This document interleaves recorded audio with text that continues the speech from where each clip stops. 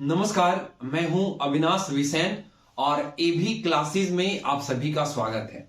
आज हमने लिया है मेंसुरेशन, जो कि जेएसएससी सीजीएल के साथ साथ विभिन्न प्रतियोगिता परीक्षाओं के लिए बहुत से भी ज्यादा महत्वपूर्ण टॉपिक है। विभिन्न सारे छात्रों का प्रश्न होता है कि सर मेंसुरेशन के परीक्षा में जब भी प्रश्न आते हैं, वॉल्यूम एंड सरफेस एरिया के परीक्षा में जब भी प्रश्न आते हैं, तो उसमें समझ में नहीं आता है कि वॉल्यूम निकालना है कि लैटरल सरफेस एरिया निकालना है कि टोटल सरफेस एरिया निकालना है। यानी कब आयतन निकालेंगे, कब परिमाप निकालेंगे, कब वक्र पृष्ठ का क्षेत्रफल निकालेंगे। तो आइए इन सभी प्रश्नों के जवाब के साथ इस वीडियो में मैं उपस्थित हुआ।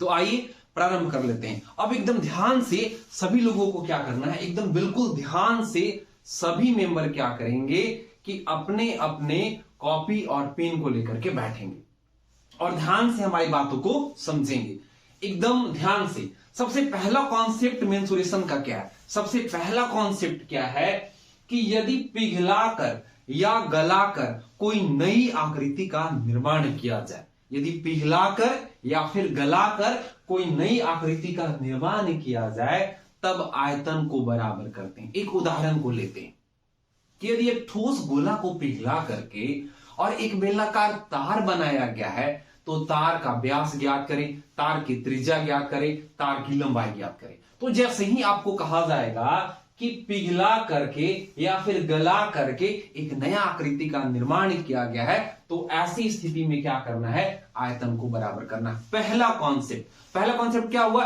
कि यदि पिघला करके या गला करके नई आकृति का निर्माण करेगा, तो ऐसी स्थिति में हम लोगों को क्या करना है, आयतन को बराबर करना है। ये पहला कॉन्सेप्ट। दूसरा कॉन्सेप्ट क्या है? दूसरा कॉन्सेप्ट है कि यदि कोई भी आकृति को मोड़ करके नया आकृति का निर्माण कर रहा है, जैसे उदाहरण समझिए, जैसे वर्गाकार तार को मोड़ करके और वृत्ताकार तार बनाया, तो वृत्त की त्रिज्या ज्ञात करें, वृत्त का व्यास ज्ञात करें। दूसरा कॉन्सेप्ट हुआ। तीसरा कॉन्सेप्ट क्या है कि यदि जगह घेरने के बारे में बात करता है, तब क्षेत्रफल निकालते हैं। और देखिए, जैसे ही प्रश्न आएगा तो प्रश्न में ऑप्शन को भी ध्यान में रखना है कि ऑप्शन में हम लोग देखेंगे कि ऑप्शन में मीटर स्क्वायर है, तब क्षेत्रफल निकालना है, और ऑप्शन में मीटर क्यूब है, तब आयतन निकालना है। बहुत सारे लोग क्या करते हैं ना, ऑप्शन को देखते ही नहीं है। बहुत सारे लोग क्या करेंगे ना, ऑप्शन को देखेंगे ही नहीं। अब देखिए, कितना अटेगा, तो क्या करेंगे, कितना अटेगा तो आयतन निकालेंगे, कितना जगह घेरेगा तो क्षेत्रफल निकालेंगे। तो 1 2 3 4 कॉन्सेप्ट हुआ। अब देखिए, परीक्षा में एक प्रश्न आता है कि प्रति वर्ग मीटर लागत इतना है, तो कुल लागत क्या होगा। तो ऐसी स्थिति में भी क्या होता है कि बहुत सारे छात्रों को समझ में नहीं आता है कि क्या लगाएं, क्षेत्रफल का फॉर्मूला लगाया जाए या फिर परिमाप का फॉर्मूला लगाया जाए। तो ध्यान देंगे, देखिए, प्रति वर्ग मीटर लागत रहेगा। वर्ग मीटर है कि नहीं, जैसे ही रहेगा वर्ग मीटर, अच्छा वर्ग मीटर है तो क्या करेंगे, क्षेत्रफल को निकाल लेंगे। वर्ग मीटर है तो क्षेत्रफल को निकाल देंगे और टोटल कॉस्ट से इंटू कर देंगे, गुणा कर देंगे। जैसे ही रहेगा प्रति मीटर लागत रहेगा, इसका मतलब है कि परिमाप निकाल करके और टोटल कॉस्ट से, पर मीटर कॉस्ट से गुणा कर देना है, टोटल कॉस्ट निकल जाएगा। तो कितना कॉन्सेप्ट हुआ, 1 2 3 4 5 6 कॉन्सेप्ट को एकदम ध्यान रखना है। मेंसुरेशन में वॉल्यूम एंड सरफेस एरिया में 6 कॉन्सेप्ट मतलब प्रमुख है। क्या, जैसे ही प्रश्न को देखें तो प्रश्न को देखने के बाद क्या होना चाहिए कि प्रश्न को देखने के बाद समझ में आना चाहिए कि क्या हम लोगों को निकालना है, किसका सूत्र का हम लोगों का प्रयोग करना है। 6 कॉन्सेप्ट। पिघलाएगा तो क्या करेंगे, आयतन को बराबर करेंगे। अरे पिघलाएगा गलाएगा तो आयतन को बराबर करेंगे, और मोड़कर, यदि तार को मोड़ेगा और नई आकृति का निर्माण करेगा तो परिमाप को बराबर करेंगे। कितना अटेगा तो आयतन, कितना जगह घेरेगा तो क्षेत्रफल का फॉर्मूला देंगे, और प्रति वर्ग मीटर लागत दिया हुआ है तो क्षेत्रफल निकाल करके और प्रति वर्ग मीटर लागत से गुणा करना है, तब कुल लागत निकल जाएगा। यदि प्रति मीटर लागत दिया होगा तब परिमाप निकालना है। प्रति मीटर लागत देगा तो परिमाप निकालना है। प्रति वर्ग मीटर लागत देगा तब क्षेत्रफल निकालना है। कितना अटेगा तब आयतन निकालना है। कितना जगह घेरेगा, कितना जगह घेरेगा तो क्षेत्रफल निकालना है, मोड़ेगा तो परिमाप को बराबर करना है, पिघलेगा या फिर गलाएगा तो उस स्थिति में आयतन को बराबर करना है। इतना कॉन्सेप्ट को ध्यान रखना है। फिर आगे बढ़ेंगे, फिर क्या करेंगे, पढ़कर, अब क्वेश्चन को पढ़ करके और जो कॉन्सेप्ट आपको बताए इस कॉन्सेप्ट से एक आप कंक्लूजन निकालेंगे कि what we have to find, कि क्या हम लोगों को निकालना है। क्वेश्चन को पढ़ेंगे और पढ़ने के बाद जो आपको हम कॉन्सेप्ट बताए इस कॉन्सेप्ट से आप एक कंक्लूजन तक पहुंचेंगे कि आपको आयतन लगाना है कि आपको परिमाप लगाना है। अब बात आती है लास्टली, अब बात आती है कि फॉर्मूला लर्न करना पड़ेगा। बहुत लोगों का प्रश्न होता है कि sir volume and surface area में क्या होता है ना, बहुत से भी ज्यादा फॉर्मूला को लर्न करना है। देखिए फॉर्मूला कभी भी लर्न हम लोगों को नहीं करना चाहिए। फॉर्मूला लर्न करने का तरीका क्या है, मॉक टेस्ट होता है कि आप जितना अधिक से अधिक मॉक टेस्ट को बनाएंगे, अरे जितना बार प्रश्न आपके सामने आएगा उतना अधिक से अधिक फॉर्मूला आप लोगों को लर्न होते जाएगा। तो ऐसा नहीं है कि आप याद करने बैठ जाएंगे बेलन का आयतन पाई आर स्क्वायर, गोला का आयतन 4/3 पाई आर क्यूब, वर्ग का परिमाप 4 गुना भुजा, ऐसे नहीं याद किया जाता है। याद कैसे करते हैं हम लोग, जब मॉक टेस्ट को बनाते हैं बार बार हम लोगों के सामने आता है तो ऐसे हम लोग क्या करते हैं, याद करते हैं, खुद याद होते जाता है। अभी तक हम ये मान करके चल रहे हैं कि आपको थोड़ा बहुत हमारी बात समझ में आया होगा, तो अगर ज्यादा समझ में नहीं आया तो कोई बात नहीं, हम उदाहरण ले रहे हैं और उदाहरण के माध्यम से आपको समझाने का प्रयास कर रहे हैं। फिर से हम कॉन्सेप्ट को रिपीट करेंगे, पिघलाएगा गलाएगा तो आयतन को बराबर करना है, मोड़कर नया आकृति बनाएगा तो परिमाप को बराबर करना है, कितना जगह घेरेगा तो क्षेत्रफल निकालना है, कितना अटेगा तो आयतन निकालना है, प्रति वर्ग मीटर लागत देगा तो क्षेत्रफल निकाल करके और प्रति वर्ग मीटर लागत से गुणा करना है, प्रति मीटर लागत देगा तो क्या करेंगे, परिमाप निकाल करके फिर क्या करेंगे हम लोग, प्रति मीटर लागत से गुणा करेंगे।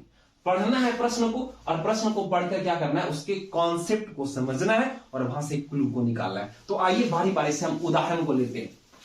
यदि यहां तक आप लोगों को समझ में नहीं आया होगा तो इन उदाहरण के माध्यम से हम क्या करेंगे, उस कॉन्सेप्ट को समझेंगे। हमने जो प्रश्न लिया है, हम अमूमन आसान प्रश्न को नहीं लेते हैं, जो प्रश्न हमने लिया है वो सीजीएल में आए हुए प्रश्न है। अब इन प्रश्नों के माध्यम से हम लोगों को कॉन्सेप्ट को अपना क्लियर करना है। किसके कॉन्सेप्ट को, मेंसुरेशन के कॉन्सेप्ट को। अब पहला क्वेश्चन को लेते हैं, पहला क्वेश्चन को लिया। पहला क्वेश्चन क्या है, गोलक का व्यास 6 सेंटीमीटर है, पिघलाकर, जैसे ही आया ना पिघलाकर, तुरंत सोचेंगे अच्छा पिघलाकर मतलब पिघलाया हुआ है, मेल्ट करके नया आकृति बना रहा है। अरे गोला का व्यास 6 सेंटीमीटर है, पिघला करके और 0.1 सेंटीमीटर व्यास का तार बनाया गया है, तब तार की लंबाई क्या होगी। बस आपको एक लाइन पर ध्यान देना है, पिघलाकर। जैसे ही बोलेगा पिघलाकर, उस स्थिति में आप आयतन को बराबर कर देंगे। किसके आयतन को बराबर कर देंगे, गोला का आयतन बराबर बेलन का आयतन। अब देखिए आप परीक्षा में बैठे, सीधा आप फॉर्मूला को पुट करेंगे। गोला का आयतन 4/3 पाई आर क्यूब, आपको फॉर्मूला लर्न होना चाहिए। मेंसुरेशन में आपको फॉर्मूला लर्न नहीं होगा। देखिए मेंसुरेशन में क्या होता है ना, बहुत कम कॉन्सेप्ट होता है। जितना कॉन्सेप्ट आपको हम बताएं कॉन्सेप्ट उतना ही है। गलाने के बारे में बात करेगा, अरे गलाने के बारे में बात करेगा तो आयतन को बराबर करना है, मोड़ना है तो परिमाप को बराबर करना है। तो ज्यादा कॉन्सेप्ट नहीं होता, ज्यादा फॉर्मूला होता है, मैक्सिमम फॉर्मूला होता है। तो फॉर्मूला याद रखना बहुत जरूरी है। यदि फॉर्मूला आपको याद नहीं रहेगा तो प्रश्न आपके नहीं बनेंगे। तो क्या करना है, जैसे ही पिघलाया तो गोला के आयतन बराबर हम लोग क्या करेंगे, गोले के आयतन की बराबर में लिखेंगे, अरे बेलन का आयतन लिखेंगे, व्यास का तार। अच्छा अब पिघला करके एक तार बनाया गया, 0.1 सेंटीमीटर व्यास का एक तार बनाया गया। अब तार के बारे में बात कर लेते हैं कि तार होता क्या। बहुत लोगों को समझ में नहीं आता ना, तार बनाया गया तो वाकई में तार है क्या। अरे तार में मोटाई होता है, और यदि तार में मोटाई हो गया तो पक्का उसका त्रिज्या होगा। तार में मोटाई हो गया तो पक्का उसका त्रिज्या होगा। जब त्रिज्या होगा और इसमें लंबाई भी है, अरे इसमें लंबाई भी है तो पक्का है कि बेलन होगा। एक तार याद रखिएगा, तार बेलन होता है। अरे लंबाई हो गया, आप सो जाएंगे तो लंबाई हो जाएगा, आप खड़े हो जाएंगे तो क्या हो जाएगा, ऊंचाई हो जाएगा। इसका मतलब है कि कोई भी तार के बारे में बात करेगा तो तार हम लोग का होता क्या, सिलेंडर होता है, तार होता है हम लोगों का बेलन। तो क्या करना है, अब दोनों के वॉल्यूम को बराबर करना है। गोला का आयतन 4/3 पाई आर क्यूब, बेलन का आयतन पाई आर स्क्वायर। अब देखिए एक बात को और ध्यान देंगे, कभी भी क्या होता है कि जब हम लोग वॉल्यूम एंड सरफेस एरिया बनाते हैं तो छात्र कहां पर मिस्टेक कर देते हैं, इस बात को जरूर ध्यान दीजिएगा।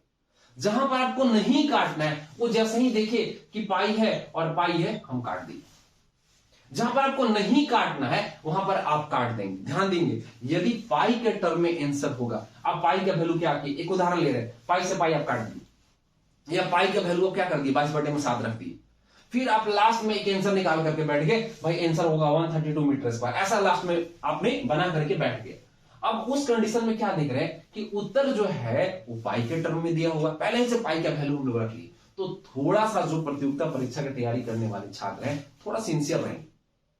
क्या सिंसियर रहेंगे, ऑप्शन को देखेंगे कि ऑप्शन मीटर स्क्वायर में है कि मीटर में है कि पाई के टर्म में है, बहुत क्लू मिलेगा आप लोगों को। तो हमने कहा कि एक पहला चीज ध्यान रखेंगे कि ऑप्शन को आप देख लेंगे कि पाई के टर्म में आंसर है क्या, इस बात को जरूर ध्यान रखेंगे। एक बात और होता है, मेंसुरेशन में काटने का तरीका पता होना चाहिए।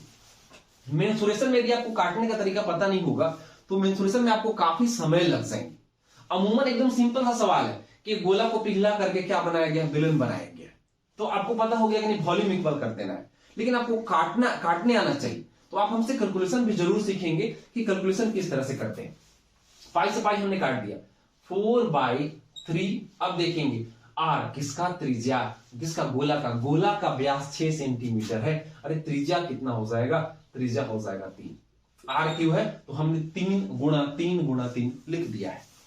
अब ध्यान से, अब प्रश्न कैसे सोल्व करते हैं, आप हमारे साथ प्रश्न को सोल्व करेंगे, सारे कॉन्सेप्ट आपको एकदम से बेहतर तरीका से समझ में आएंगे। अब देखेंगे आर, इसका बेलन का त्रिज्या कितना होता है, पिघलाकर 0.1 सेंटीमीटर व्यास है। ध्यान देंगे व्यास 0.1 सेंटीमीटर है तो त्रिज्या कितना हो जाएगा 0.1/2। गोला का व्यास कितना था 6 सेंटीमीटर था, त्रिज्या कितना हो गया था 3 सेंटीमीटर।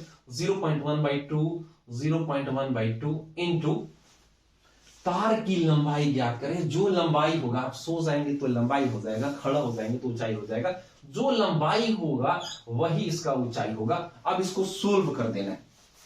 कैसे सोल्व करेंगे ध्यान रखेंगे, हमारे साथ आपको सोल्व करना है। पॉइंट हटाया एक 0, पॉइंट हटाया एक 0। अब आप क्या कर देंगे, 1 3 से 1 3 को आप काट देंगे। अब यहां पर हम लोगों को कैंची गुणा कर देना, अरे तिर्यक गुणा कर देना है। एच में 1 से गुणा किया तो एच ही होगा, और इधर कुछ भी नहीं बचा हुआ, 1 है, मतलब एच बराबर 4 तिया 12, 12 तिया 36, 36 गुणा 20 × 20 कितना हो गया 400 हो गया।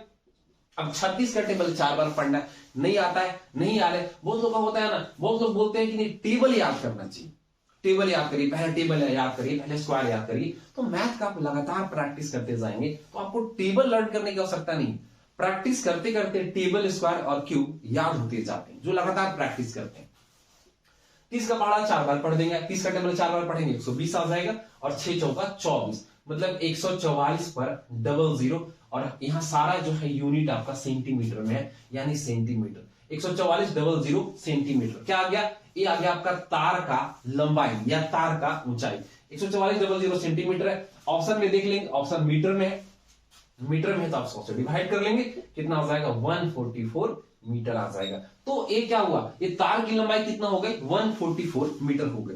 हमने एक टाइप के प्रश्न को लिया, अब देखिए अलग अलग टाइप के प्रश्नों को हम ले रहे हैं। तो पहला टाइप हमने क्या लिया, हम उम्मीद कर रहे हैं कि आपको यहां तक जरूर समझ में आ गया होगा कि हम आयतन को कब बराबर करते हैं, जब एक आकृति को पिघला करके दूसरी आकृति बनाई जाती है तब उस स्थिति में आयतन को बराबर करते हैं। एक बात और होता है, आपको आकृति से ना फ्रेंडशिप करना चाहिए।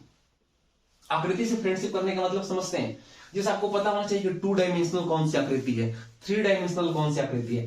2 डायमेंशनल आकृति में जो होता है वर्ग होता है और आयत होता है। तो वर्ग होता है और आयत होता है, तो उसमें ना जो 2 डायमेंशनल होता है उसमें आयतन नहीं होता है। वर्ग का क्षेत्रफल, आयत का क्षेत्रफल, वर्ग का परिमाप, आयत का परिमाप, ये सब 2 डायमेंशनल है और आकृति को ध्यान से समझने की आवश्यकता होती है। अब देखेंगे 3 डायमेंशनल में आएंगे आप, घन, घनाभ, बेलन, गोला, शंकु, तो उस स्थिति में आपको आयतन निकालना होता है। तो आकृति के बारे में थोड़ा सा समझ भी होना चाहिए। मतलब देखिए मैथ कभी भी रुचि का चीज है, तो मैथ्स में सबसे पहले ना इंटरेस्ट लेकर के आने का प्रयास करिए, और हमारा प्रयास यही होता है ना कि मैथ्स में रुचि आ जाए। मैथ्स में रुचि आ जाएगा, आप खुद करने लगेंगे। तो पहला कॉन्सेप्ट हम लोगों का क्लियर हो गया। यदि पिघलाया जाएगा तो उस स्थिति में हम लोग क्या करेंगे, यदि पिघलाया जाएगा तो उस स्थिति में हम लोग क्या करेंगे, अब वॉल्यूम को बराबर करेंगे, पहला कॉन्सेप्ट। अब देखिए दूसरा प्रश्न को हम लेते हैं, क्वेश्चन नंबर 2 पढ़ लेते हैं। पहले क्वेश्चन को पढ़ना है, हमारे अनुसार पहले क्वेश्चन को पढ़ना है और पढ़ करके समझना है, फिर वहां से क्लू निकालना है कि हम लोगों को कौन सा फॉर्मूला पुट करना है। एक तांबा के तार को मोड़कर वर्गाकार बनाया गया है। अब देखिए तार को क्या किया है, मोड़ा है, तार को मोड़ेगा, मोड़कर जब नई आकृति, मोड़ करके जब नई आकृति बनेगा तो उस स्थिति में आपको क्या करना है, परिमाप को बराबर करना है। बोला तांबा के तार को मोड़ करके वर्गाकार बनाया गया है, इसका क्षेत्रफल 121 है। एक काम कर लीजिए, एक कॉन्सेप्ट और बता है, जो दिया है उसको पुट कर दीजिए। अरे क्या दिया हुआ है, दिया हुआ है कि वर्ग का क्षेत्रफल, अरे वर्ग का क्षेत्रफल कितना दिया हुआ है, 121 सेंटीमीटर स्क्वायर दिया हुआ। वर्ग का क्षेत्रफल 121 दिया हुआ, तो वर्ग का क्षेत्रफल भुजा स्क्वायर बराबर 121, ए बराबर अंडर रूट 121, किसका वर्ग है, 11 का, तो 11 सेंटीमीटर क्या हो गया, वर्ग का भुजा हो गया। 11 सेंटीमीटर क्या हो गया, वर्ग का भुजा हो गया। तो एक बात और, बहुत लोग डरते रहते हैं, अरे पेन उठाइए, पहले पढ़ना चालू की, पेन उठाइए, लिखना स्टार्ट करिए, आपको जरूर समझ में आएगा। हमने कहा, हमने यहां से आपको हम क्या कॉन्सेप्ट आपके दिमाग में भरना चाहते हैं कि जो दिया है आप उसको पुट करिए, जो आपको चाहिए वो आपको मिल जाएगा। फिर से हम रिपीट कर रहे हैं, आप हर मैथ्स में एक बात को जरूर ध्यान रखेंगे कि जो दिया है, एनसीईआरटी में बहुत सारे प्रश्न होते हैं तो पहले ऐसा कहा जाता है कि जो दिया है पहले उसको आप पुट कर दीजिए, जो आपको चाहिए ना आपको मिल जाएगा। जब दिया हुआ था कि एक वर्ग का क्षेत्रफल 121 है तो जरूर आप लोगों को पुट करना चाहिए। अब देखिए हमने कहा कि क्या कॉन्सेप्ट होगा, तार को मोड़ा है तो परिमाप को बराबर करना है। आप आराम से परिमाप को बराबर लिखिए, वर्ग का परिमाप, वर्ग का परिमाप बराबर कैसा बनाया है, एक वृत्त, एक वर्गाकार तार को कैसा बनाया है, वृत्ताकार, इक्वल टू वृत्त की परिधि, इक्वल टू वृत्त की परिधि। वर्ग का परिमाप कितना होता है, 4 गुना भुजा, वृत्त की परिधि क्या होता है, 2 पाई आर, ऐसा वृत्त की परिधि होता है। 4 गुना भुजा, 4 भुजा मिल गया, काम किया कि नहीं, काम किया कि नहीं, जो दिया है पुट कर दिया, जो चाहिए मिल गया। 2 गुणा 22/7 गुणा आर, अरे आर तो फाइंड करना है, वृत्त की त्रिज्या ज्ञात करें, आर तो फाइंड करना है, जो आपको चाहिए होगा आपको मिल जाएगा। 11 चौक 44, फिर 44 कट गया, आर इक्वल टू 7 सेंटीमीटर। तो वृत्त की त्रिज्या कितना हो गया, वृत्त की त्रिज्या हो जाएगी 7 सेंटीमीटर। तो दूसरा कॉन्सेप्ट हमने आपको समझाया। पहला कॉन्सेप्ट, आयतन को बराबर कब करेंगे, जब पिघलाएगा, और परिमाप को बराबर कब करेंगे, जब क्या करेगा, उसको मोड़ करके नई आकृति का निर्माण करेंगे। अब अगले प्रश्न की तरफ चलते हैं। एक एक कॉन्सेप्ट आपको समझना है, किसके माध्यम से, एग्जाम्पल के माध्यम से।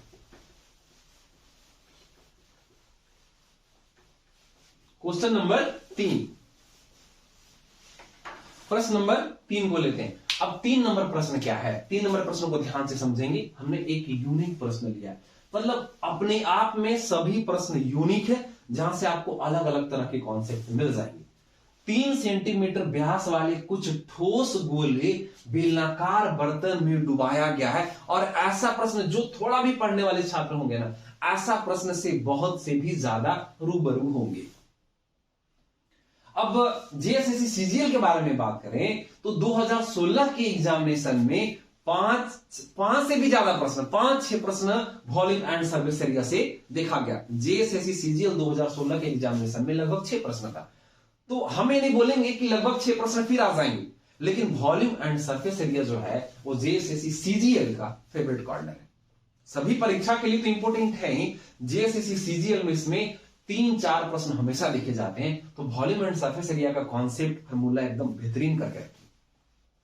अब देखिए एक बहुत प्यारा सा क्वेश्चन बता रहे हैं, बहुत अच्छा सा एग्जांपल ले रहे हैं कि एक बेलनाकार बर्तन है और उस बेलनाकार बर्तन में छोटा छोटा गोली डाला गया है। 2 तरीका से प्रश्न पूछेगा आपसे कि एक बेलनाकार बर्तन है, उसमें छोटा छोटा गोली डाला गया है और छोटा छोटा गोली डालने से पानी का स्तर ऊंचा उठ गया है। पानी का स्तर ऊंचा उठ गया है। बताइए पानी का स्तर कितना ऊंचा उठा है, पहला क्वेश्चन। दूसरा क्वेश्चन क्या पूछेगा कि बताइए कि पानी का स्तर यदि 10 सेंटीमीटर ऊंचा उठ गया है तो बताइए कि कितना गोली उसमें डाला गया। तो देखिए यहां से क्या पता चला, यहां से दो चीज इसमें निकालने दे सकता है कि जब हम एक बेलनाकार बर्तन में छोटा छोटा गोली डाल रहे हैं, छोटा छोटा गोली डाल रहे हैं, तब इसका पानी का स्तर 10 सेंटीमीटर ऊंचा उठ गया। अरे पानी का स्तर 10 सेंटीमीटर ऊंचा उठ गया, तो बताइए कि कितना गोली डाले। Find the number of sphere, दो पूछ सकता है। Find the number of sphere, गोली की संख्या, गोलों की संख्या। दूसरा क्या पूछेगा, फाइंड द हाइट। मतलब एक प्रश्न बहुत ही मजेदार प्रश्न है, बहुत ही प्यारा प्रश्न है कि एक बेलनाकार बाल्टी है, उसमें छोटा छोटा गोली डाला जा रहा है, तो बताइए कितना गोली संख्या उसमें, मतलब कितना गोली डाला गया, गोली की संख्या ज्ञात करें, या पानी कितना ऊंचा उठा। तो जरूर ध्यान रखिए कि ऐसा प्रश्न में आपको दो ही चीज ज्ञात करना है। तो हम लोग अब सीधे लिख देते हैं हम लोग गोलों की संख्या।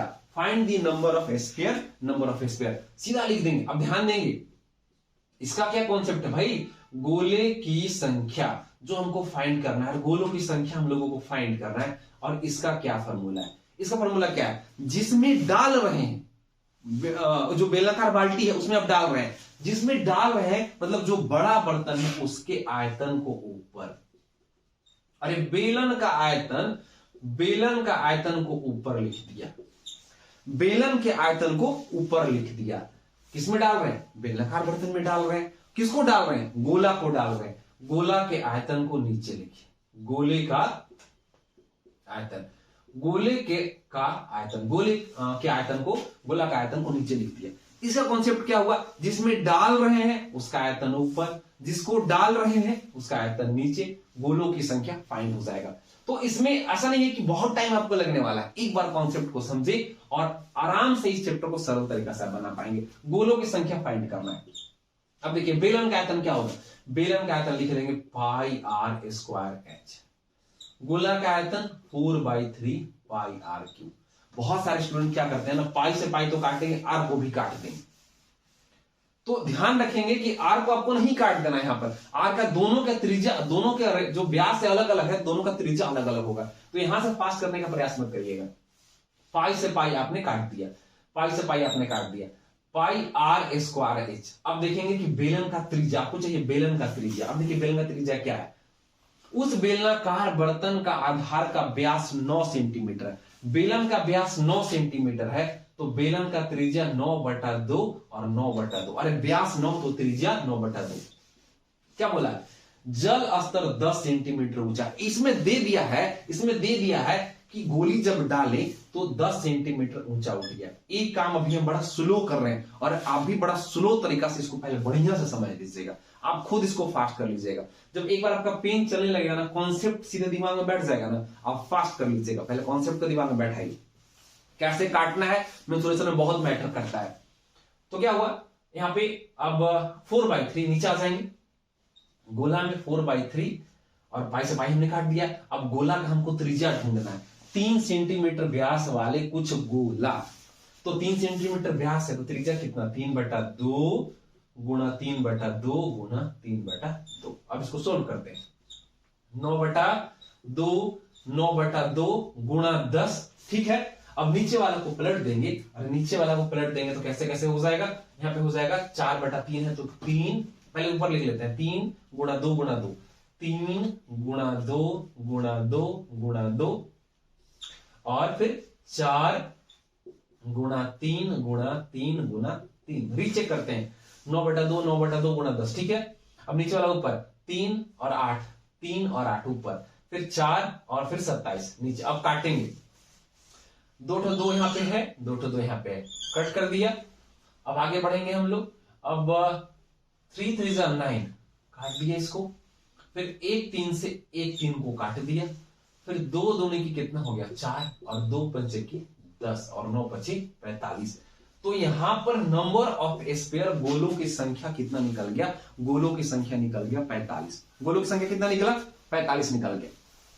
अब हो गया हम लोगों का तीसरा कॉन्सेप्ट। तो तीसरा कॉन्सेप्ट भी बहुत मजेदार था। पहला कॉन्सेप्ट तो और मजेदार था, दूसरा उससे भी ज्यादा मजेदार, और तीसरा उससे भी बढ़िया इंपोर्टेंट और मजेदार था। तीनों कॉन्सेप्ट हम उम्मीद कर रहे हैं कि आप लोग सीख रहे होंगे।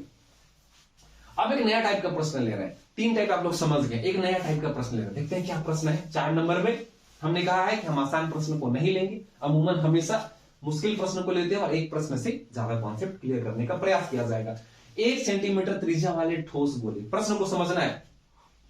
1 सेंटीमीटर त्रिज्या वाले, 4 नंबर क्वेश्चन, 1 सेंटीमीटर त्रिज्या वाले ठोस गोले को 100 सेंटीमीटर लंबी तार बनाने के लिए गलाया गया है। फिर तार आ गया, तार की त्रिज्या ज्ञात करें। क्या बोल रहा है कि एक ठोस गोला को तुरंत आयतन बराबर करिए 4/3 पाई आर क्यूब, गोला का आयतन, और तार बनाया, तार माने बेलन, तार माने बेलन, बेलन का आयतन पाई आर स्क्वायर एच, पाई से पाई कट कर दिया 4/3। अब हम लोग देखेंगे कि गोला का त्रिज्या कितना है। 1 सेंटीमीटर त्रिज्या वाला गोला 1 सेंटीमीटर है, 1 गुणा 1 गुणा 1 आर स्क्वायर हमको चाहिए। अच्छा, तार का त्रिज्या निकालना है, आर स्क्वायर ही लिख दिया। 100 सेंटीमीटर लंबा है, ऊंचाई 100 सेंटीमीटर दे दिया। सोल्व कर लेते हैं, 4 से काट दीजिए, हमेशा गुणा में ऊपर से ऊपर काट सकते हैं और नीचे से नीचे, ध्यान रखना है। अब हम यहां पे कैंची गुणा करने जा रहे हैं। आर स्क्वायर गुणा 25, 25 आर स्क्वायर दिया 75, अरे 75 आर स्क्वायर, ऐसा गुणा करेंगे तो एक ही आएगा। आर स्क्वायर इक्वल टू 1/75 हो गया, आर बराबर अंडर रूट 1/75 हो गया। इसको क्या हो गया, मीटर में है कि सेंटीमीटर में, सेंटीमीटर में। अब आंसर देख लेंगे तो मिल गया हम लोगों को अंडर रूट 1/75, आंसर हम लोगों का मिल गया। अब अगर ऑप्शन हम लोगों को डेसिमल में होगा तो इसको हम लोग डेसिमल में चेंज कर लेंगे। तो 4 नंबर में भी वही कॉन्सेप्ट था कि क्या किए, गलाए, गलाए तो आयतन को हमने क्या किया, बराबर किया। आइए अगले क्वेश्चन को लेते हैं।